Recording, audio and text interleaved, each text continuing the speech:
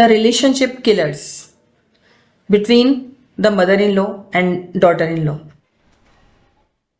सास और बहू के रिश्ते में कुछ बातें अवॉइड करनी चाहिए ताकि रिलेशन अच्छा बना रहे। तो फ्रेंड्स चलिए शुरू करते हैं आज का video. Welcome to being a woman and let the mind talk begin.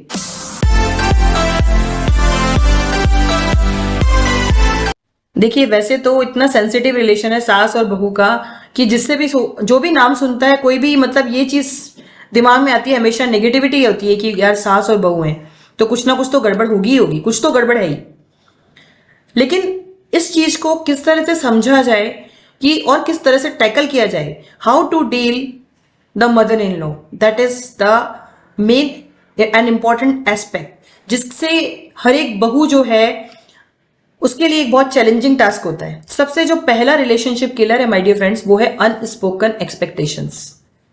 आपने बिना नहीं कहे ही एक्सपेक्टेशंस पाल के रखी है।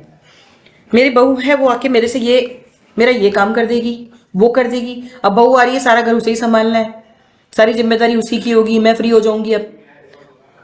और अपार्ट फ्रॉम दैट आप अपनी एक्सपेक्टेशंस उस पर लाद के रखती हैं। क्यों? मैंने शादी के बाद मैंने तो आज तक सर ढक के रही हूँ, तो मेरी बहू भी जैसे मैं रहती थी वैसे ही रहेगी, वो साड़ी ही पहनेगी। अरे यार आपका जमाना 40 साल पहले का जमाना था। आज के जमाने की जो लड़कियां हैं जिन्होंने पैदा होते ही जीन्स पहनी है, तो आप कैसे एक्सपेक्ट कर सकते हो कि वो इस तरीके से रहेगी आपके साथ?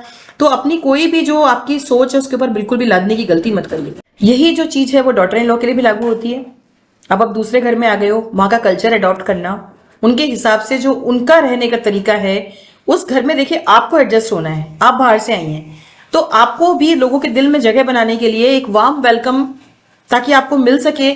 कुछ चीजों को तो आपको बदलना होगा अपने आप को। भले आप वहां पर 8 बजे सो के उठती थी, लेकिन ये घर आपको जो है एक्सपेक्ट करता है आपसे कुछ, आपकी जिम्मेदारियां हैं यहाँ पर, क्योंकि आप you are no more a kid. अब आप बच्ची तो है नहीं कि वहां तो मम्मी कर देती थी सारा काम। यहाँ आप जो है इस घर की बहू हैं, तो आपके ऊपर जो रिस्पॉन्सिबिलिटीज हैं वो आपको लेनी चाहिए थोड़ी थोड़ी करके।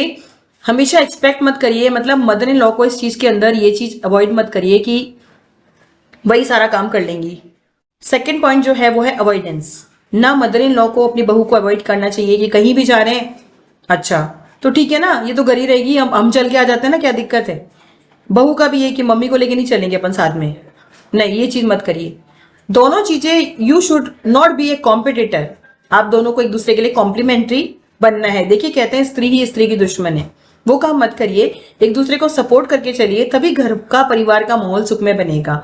This is the most important relationship killer, जिसकी वजह से धीरे धीरे आपस में एनिमिटी और जो गलत भावना है वो बढ़ती चली जाती है। बहू से जो कहना है वो डायरेक्ट कहिए, बेटे के थ्रू मत कहिए। ये चीज बहुत बड़ी गलती होगी क्योंकि वो फिर कंप्लेन लगती है। वो the most important tip, be more like me mentality. हर एक आदमी, देखिए हाथ की 5 उंगलियां बराबर नहीं होती, हर एक आदमी एक सा नहीं होता। आप बिल्कुल कि मैं तो ऐसा करती थी इसलिए तुम भी ये करो, अपनी राय बिल्कुल थोपने की कोशिश मत करिए अपनी बहू पर। उसके विचार दूसरे हैं, वो डिफरेंट कल्चर से आ रही है, बाहर रह के पड़ी हुई है, उसकी सोच अलग होगी, तो आप अपनी विचारधारा उस पर बिल्कुल भी मत थोपिए। सेम चीज डॉटर इन लॉ के बारे में कि यार मेरे मॉडर्न थॉट्स हैं, मम्मी ऐसे रहती है, वो आप अपने विचारों को बिल्कुल भी लाइक बी मोर लाइक मी, अपने जैसा बिल्कुल। देखिए कोई भी लोग बराबर नहीं होते। एक अपने मैं आपको अभी एग्जांपल दिया, हाथ की 5 उंगलियां भी बराबर नहीं होती, सबका अपना नेचर होता है। तो सबको अपना पर्सनल स्पेस दीजिए जीने के लिए। देखिए विचार खुले दीजिए, तभी आप लोगों के बीच में एक जो अंडरस्टैंडिंग डेवलप हो सकती है। किस सिचुएशन में कौन सी बात कही जा रही है। कई बार बात को कहने का मतलब गलत नहीं होता, लेकिन समझने वाला उस चीज को किस तरीके से लेता है, ये चीज बहुत ज्यादा इंपॉर्टेंट हो जाती है। Next is reactivity and impatience.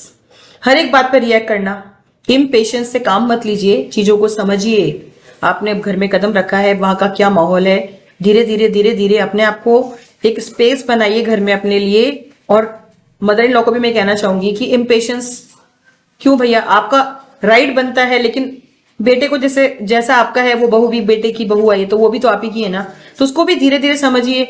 आप ये कंपेयर क्यों करती हैं? क्या अपनी बेटी की गलतियां बर्दाश्त नहीं करते हो क्या? तो बहू भी तो किसी की बेटी है। The last but not the least, control. Control किसका? बेटे का।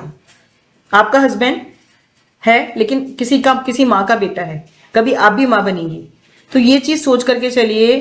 और सेम चीज मैं बोलना चाहूंगी सास को भी, मदर इन लॉज को भी, कि आप भी आते ही कंट्रोल। हम ऐसा करते थे तुम ऐसा करो। लाइक आपके साथ जो कुछ अगर गलत भी हुआ है पास्ट के अंदर, तो वो अपने जो पास्ट एक्सपीरियंसेस जो हैं उनका बोझ अपनी अपनी आने वाली बहू के ऊपर बिल्कुल भी मत लादिए।